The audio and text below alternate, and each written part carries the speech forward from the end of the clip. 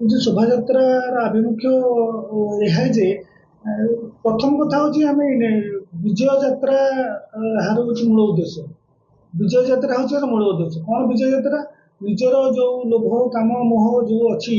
जो आमर विजय यात्रा ये विजय यात्रा को आम इनडायरेक्टली कनेक्ट करवा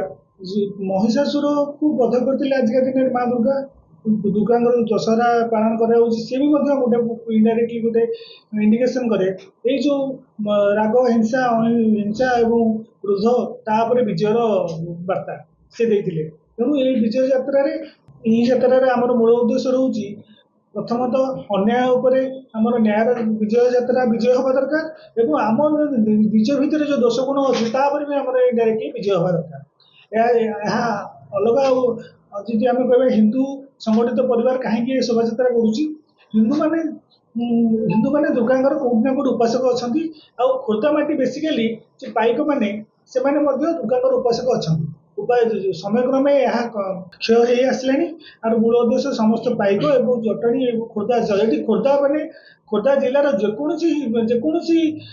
धर्म जेकोसी जातिर हो समस्त पाइक बोली गणा जाए पाइक बोली गोटे जाति नहीं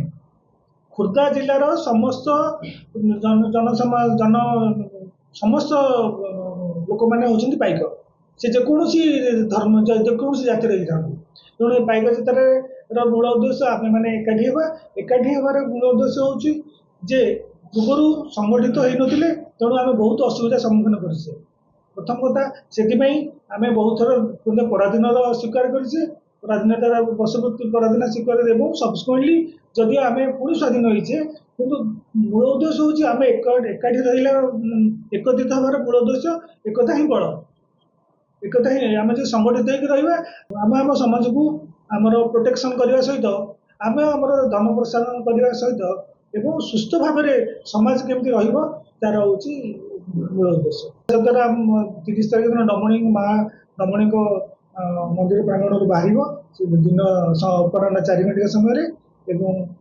से शोभा यात्रा आमर पाइक नाच और नागा नाच पारंपरिक भाव में हम अब आम से शोभा यात्रा नहीं